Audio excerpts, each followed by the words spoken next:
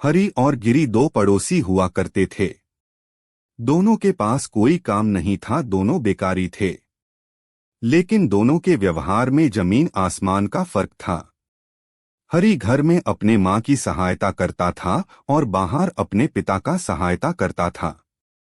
गांव के लोगों के सुख दुख में हमेशा खड़ा रहता था। कोई अगर मुसीबत में हो तो उनकी सहायता के लिए हमेशा आगे आता था। गांव में अपने उम्र के लड़कों के साथ दोस्ती और मिलजुल के रहता था। उसको सभी गांव में पसंद करते थे। लेकिन गिरी का व्यवहार हरी से बिल्कुल अलग था। वो कोई भी काम नहीं करता था, हर टाइम आलस में रहता था।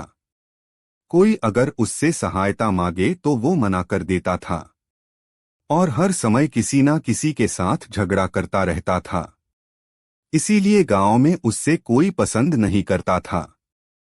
गिरी को पता था कि उसको गांव में कोई पसंद नहीं करता, फिर भी वो कभी अपने आप को दोषी नहीं मानता था और हर समय हरी को गाली देता रहता था। फिर भी हरी कभी उसके ऊपर गुस्सा नहीं होता था। कोई अगर गिरी को खराब कहता था तो वो कहता कि सभी के आचार व्यवहार एक नहीं हो सकते, सब गिरी को मेरे साथ तुलना करते हैं, जिससे कि गिरी अपमानित होता है और मुझे हमेशा गाली देता रहता है। जबकि गिरी और मैं बहुत अच्छे दोस्त हैं। एक दिन गिरी के मामा शंकर उनके घर आए थे। कुछ समय बात करने के बाद वो गिरी से कहते हैं कि बेटा, तुम तो बड़े बुद्धिमान लगते हो। हमारे गांव के जमींदार को दो लड़कों की जरूरत है। एक काम करेगा और एक काम की सारी खबर देगा। तुम और तुम्हारे दोस्त हरी इस काम को ठीक कर सकते हो। तुम खबर सुनाना और हरी काम करेगा। जमींदार के शर्त मुताबिक दोनों एक साथ जाते हो और उनसे मिलते हो तो दोनों को काम मिलेगा। वो इस काम के लिए अच्छे पैसे भी देंगे। तब गिरी अपने मामा से पूछता है, अगर मैं अकेला जाऊं तो वो मुझे नौकरी देंगे या नहीं? तब गिरी के मामा बोलते हैं, नहीं, तुम्हारे दोस्त हरी का स्वभाव बहुत अच्छा है। उसको अगर तुम साथ में लेके जाओगे तो तुम्हें नौकरी जरूर मिलेगी। गिरी के मामा शंकर उसे समझाते हैं, तुम दोनों अगर ये काम करोगे तो तुम दोनों के उज्जवल भविष्य के लिए बहुत फायदा होगा। तब गिरी गुस्से में कहता है, मुझे नौकरी नहीं मिलने से ना मिले कोई चिंता नहीं, लेकिन हरी को ये नौकरी नहीं मिलनी चाहिए। तब उसके मामा पूछते हैं, हरी तो बहुत अच्छा लड़का है, तुम उससे इतने चिढ़ क्यों रहे हो? तब गिरी बोलता है, सब मुझे उसके साथ तुलना करते हैं, जिससे मुझे बहुत खराब लगता है। उसीलिए मेरा तरक्की होना हो, मैं उसकी कभी तरक्की होने नहीं दूंगा। शंकर समझ जाते हैं कि गिरी उसे बहुत चिढ़ता है। वो उसी दिन हरी से मिलके सारी बातें बता देते हैं।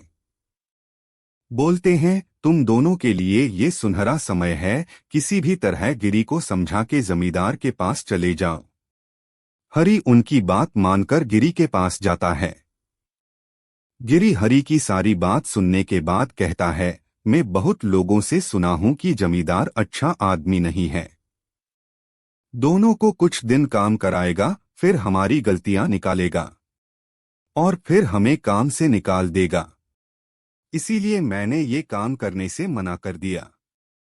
तब हरी कहता है, मुझे लगता है ये तुम्हारा एक भ्रम है, इस पे और एक बार ठीक से विचार करके देखो।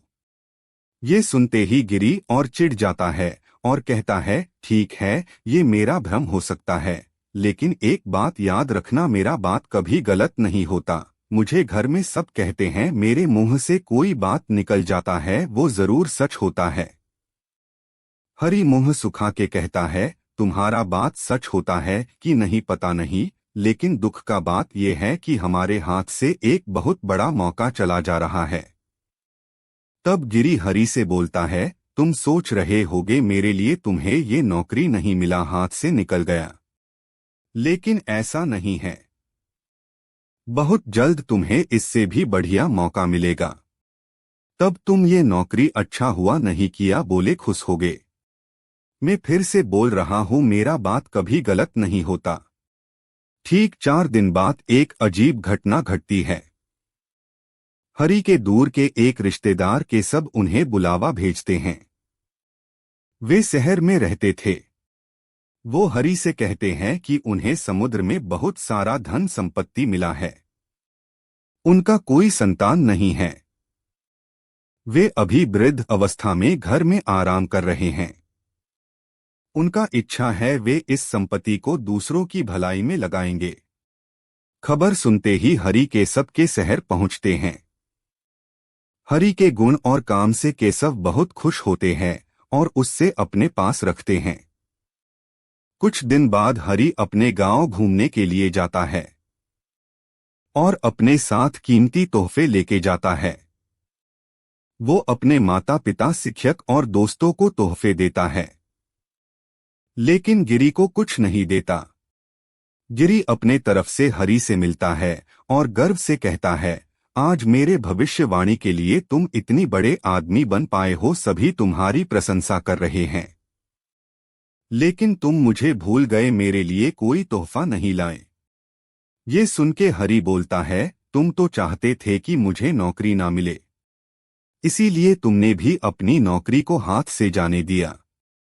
भविष्यवाणी करने वाले का हृदय निर्मल और पवित्र होना चाहिए, जो कि तुम्हारे पास नहीं है। गिरी के मुंह से फिर कोई शब्द नहीं निकलता है। वो अपना सर नीचे करके धीरे धीरे वहां से चला जाता है।